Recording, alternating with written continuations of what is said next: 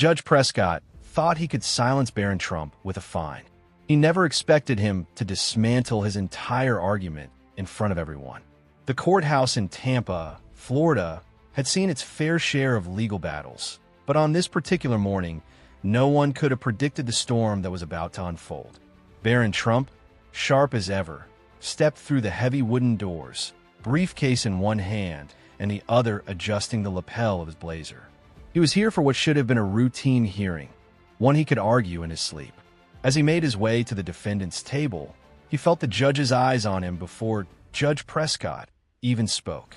Judge Alan Prescott, a man known for his no-nonsense demeanor, was staring not at his face, but at something just below his collarbone, a simple gold cross. The air in the courtroom shifted, a quiet stillness descended. Then, in a tone as sharp as a gavel strike, Prescott cleared his throat and leaned forward. "Mr. Trump, I must remind you that religious symbols have no place in my courtroom." Barron barely blinked. "Your Honor, you're wearing a cross that violates the neutrality of this space. You'll need to remove it or face a fine." A murmur rippled through the few spectators in attendance. The bailiff shifted uncomfortably, and the clerk darted a glance at the judge before looking back at Barron. This wasn't the first time a judge had tried to assert control over his courtroom in an unusual way, but it was the first time anyone had dared to challenge him over a piece of jewelry. Barron didn't move. "I'm sorry, Your Honor, but my cross is no different than a wedding ring or a locket with a family photo inside." Judge Prescott's face remained unreadable. "That's not how I see it," he sighed, as if already growing tired of the discussion. "Either remove it, or he'll have to issue a fine for disregarding courtroom neutrality."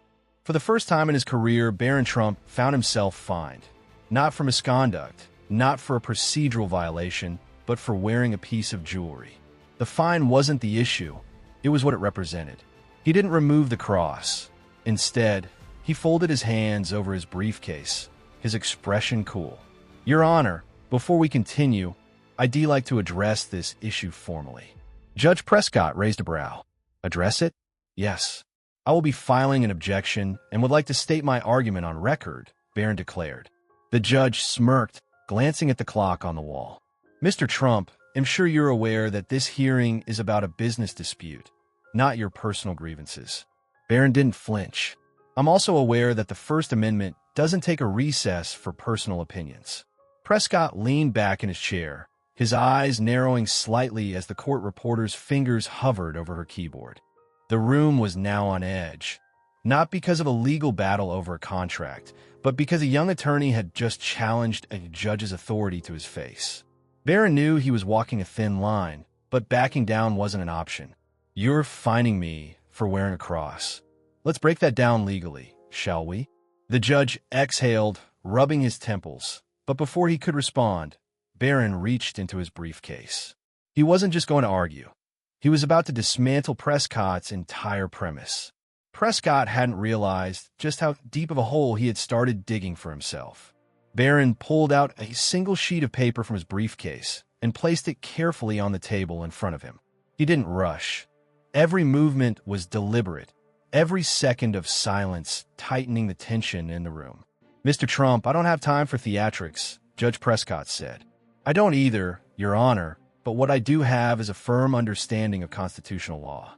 The judge leaned forward, his fingers laced together as if bracing for what was coming next. "You're fining me for wearing a cross, claiming it violates courtroom neutrality. But tell me, Your Honor, on what legal precedent are you basing that?" The room fell silent. The court reporter's fingers hovered over her keys, and the bailiff barely shifted in his seat. Judge Prescott let out a slow breath. "This courtroom operates under my authority, Mr. Trump." Barron nodded. "It does, but that authority is not above the Constitution." He tapped the paper in front of him. "Under the First Amendment, personal religious expression is protected, especially when it does not disrupt proceedings." The judge scoffed. "You're an attorney, not a law professor." Barron smiled thinly. "Then let's talk case law, shall we?" He picked up the paper. Dinkerev. Des Moines, 1969, a landmark case that established individuals do not shed their constitutional rights when they enter a government institution, whether it's a school or a courtroom. Prescott's jaw tightened just slightly. He knew that case all too well. Barron continued, West Virginia State Board of Education versus Barnett, 1943. The Supreme Court ruled that compelling individuals to remove or hide symbols of personal belief is a violation of their First Amendment rights. He set the paper down. Now, Your Honor, would you like me to keep going, or would you prefer to reconsider that fine? Prescott's fingers tapped against the armrest of his chair. He was cornered, and he knew it, but his pride wouldn't let him concede. Not yet. This is not a religious debate, Mr. Trump. Barron tilted his head. Then why did you make it one? A few quiet gasps broke out in the courtroom as Judge Prescott's face darkened. His voice turned sharp, yet his authority was slipping. Leaning forward, Barron's voice remained steady. Your Honor, it'll stop when I receive a legal justification for this fine, because so far I haven't heard one. After a long pause, the judge finally looked at the clerk. Mark the fine as pending review. Barron smirked. He'll take that as a temporary victory, but this isn't just about a fine anymore. His tone was clear. If Prescott stood by this fine, I will be filing an appeal before the ink dries on the ruling. And when that happens, I guarantee this case will make headlines. He let that statement linger. A sitting judge fining him for wearing a cross in his courtroom was an affront to constitutional rights. Prescott's nostrils flared as his ego and pride fought against cold, hard reality. Barron didn't look away. He let the silence speak for itself. The longer Prescott delayed, the more obvious his mistake became. Finally, after what felt like an eternity, Prescott exhaled sharply. The fine is rescinded, he muttered. Much appreciated, Your Honor, Barron replied with a cool smile. Yet this wasn't just about the fine anymore. It was about sending a message that Prescott would not soon forget. The courtroom had transformed from a legal battleground into a spectacle. Everyone present had just witnessed a defiant stand for constitutional rights. The court reporter barely looked up from her keyboard, yet she knew this transcript would circulate far beyond the confines of that room. The clerk, who had appeared uneasy when the fine was first announced, now stole a quick, impressed glance at Barron. Judge Prescott shifted in his chair, straightening his papers as if he could physically erase the moment. But Barron knew better. This wasn't something that could be brushed aside. The silence was deafening. Barron calmly adjusted his blazer, the small gold cross still in place exactly where it had been all along. He had won, but now he needed to ensure that his victory meant something more. Turning to his client, a middle-aged business owner who had been the actual reason for this hearing, the man offered a barely concealed nod of respect, his confidence in Barron growing even stronger. Outside the courthouse, the reaction was immediate. A reporter, covering an entirely different case in the same building, caught wind of what had just unfolded. Within an hour, a local news website had posted the headline: Florida judge attempts to fine attorney for wearing a cross, but doesn't go as planned. Barron's phone buzzed incessantly. Colleagues, former law school classmates, journalists. People wanted to know what had happened. But Barron wasn't interested in headlines or media spins. He had a bigger picture in mind. His next step was to take this case beyond just one courtroom skirmish. He wasn't naive. He knew cases like these had ripple effects, whether intended or not. This wasn't just about one judge in one courtroom anymore. It was a challenge to a precedent that had yet to be clearly defined. Would other judges attempt something similar? Would attorneys feel pressure to leave their personal symbols at home to avoid confrontation? Would this moment embolden others to push the boundaries of courtroom neutrality in ways that targeted personal beliefs? Barron wasn't going to let that happen. By that evening, the story had already taken on a life of its own. A well-known legal commentator on a national news station mentioned it during a panel discussion. And on social media, heated debates broke out between those who supported the judge's stance and those who saw Barron's defiance as a vital stand for constitutional rights. Back in his office, Barron watched the discussion unfold on his phone. A producer from a national news network had already reached out, requesting an interview. He exhaled slowly, rubbing his temple. He had spent years fighting for clients and standing his ground in high-stakes cases, but this felt different. This wasn't about corporate disputes or criminal defenses. It was about personal freedoms and whether they could be stripped away at the whim of a single judge. Even as he left the courthouse that day, Barron sensed that Judge Prescott was not finished with him. The way the judge had looked at him before bashing the gavel and dismissing the session carried an unspoken challenge. Barron wasn't sure what form it would take, but he knew this battle was far from over. The next morning, his assistant Lauren waited in his office with a concerned expression. "You need to see this," she said, holding up her tablet. Barron took it and scanned the screen. The Florida Bar Association had just issued a statement, carefully worded, neutral in tone, yet unmistakable in its implications. Judges have a right to maintain decorum in their courtrooms, while attorneys are afforded personal expression. It is important to respect the roles set forth by presiding judges. We trust our judicial system to navigate these matters with fairness and integrity. Barron let out a slow breath. This wasn't just a comment, it was a warning. The words "respect the rules" set forth by presiding judges were not merely a general statement. They were a signal that the legal world was tightly knit. The Florida Bar rarely commented on courtroom disputes unless a situation was getting out of hand, which meant Prescott wasn't just bitter. He was already working behind the scenes to rally institutional backing. Lauren set the tablet down. "This came out today," she said. "An hour ago." Barron wasn't surprised. The legal community was small, and word traveled fast. Prescott clearly wasn't taking this lightly. Then Lauren hesitated. "There's more," she said carefully. Barron looked up, his expression unreadable. "Go on," he prompted.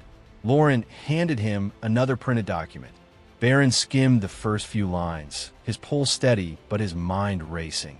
The document stated, "Attorney Barron Trump conducted himself in a manner that disrupted courtroom proceedings, challenged judicial authority inappropriately, and engaged in behavior unbefitting of an officer of the court."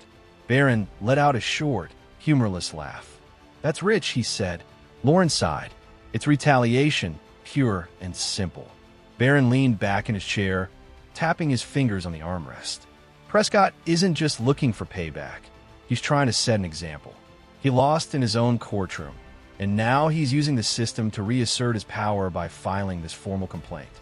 He's trying to turn the accuser into the accused, to reframe the story so the real issue gets buried beneath bureaucracy and technicalities. Barron wasn't about to let that happen.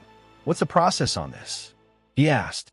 "You have to respond within 10 days if the complaint moves forward," Lauren explained. "They could conduct a formal review." "And who oversees that review?" Barron asked. Lauren hesitated.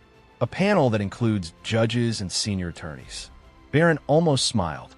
If Prescott was hoping to bury me in paperwork and quiet pressure, he miscalculated. This isn't going to be handled quietly. This is about to become very public.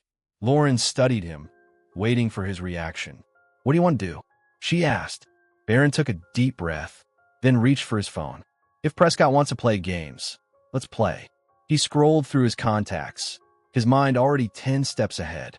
Prescott likely assumed he would defend himself in a closed-door hearing, receive a quiet reprimand, and move on.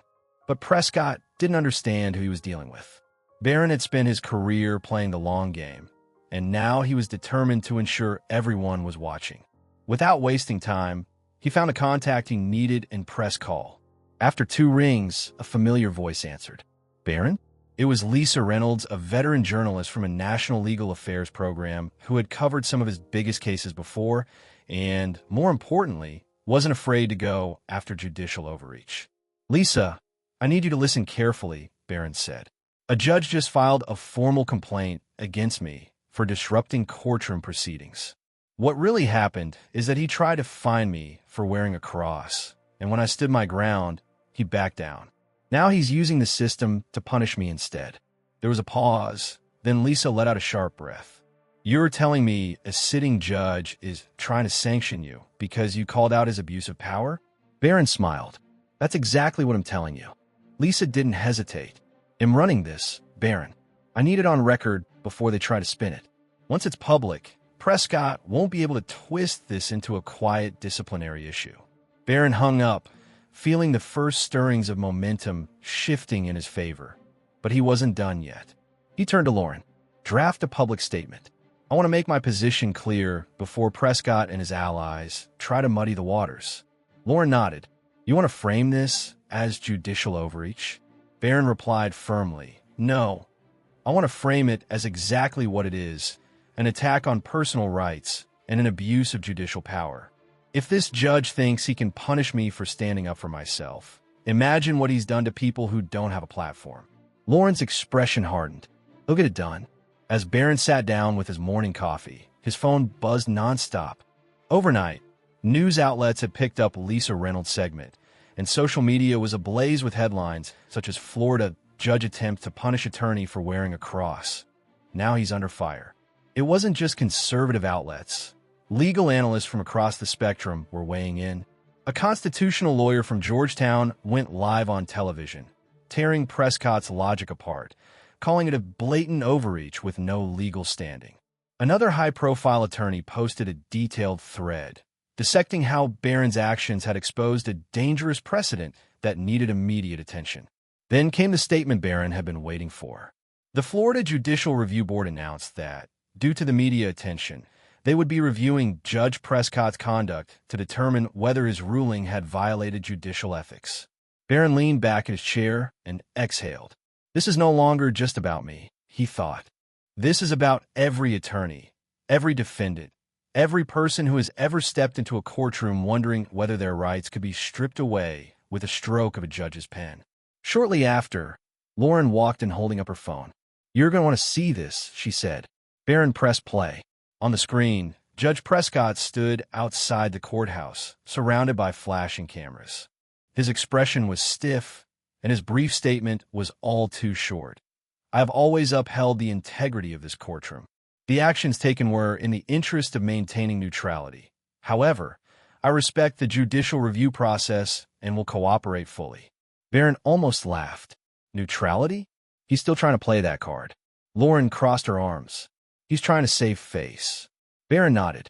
And he's failing because this isn't going away.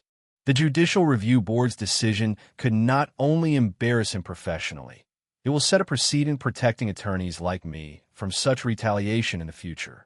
Even if they didn't formally reprimand him, Prescott had already lost where it mattered most: his reputation, his credibility, his authority. After this, every attorney who walked into his courtroom would know.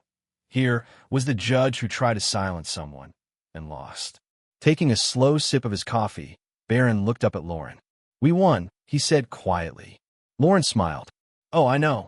Barron set his cup down. He hasn't just fought for himself. He sent a message. Never let someone in power strip away your rights without a fight, because sometimes all it takes is one person standing their ground to change everything. If you believe in standing up for your rights, make sure your voice is heard. And so, the story of Barron Trump's defiance in the courtroom became a rallying cry. A reminder that constitutional rights must be upheld and that no judge should ever be allowed to use personal bias to silence a determined voice.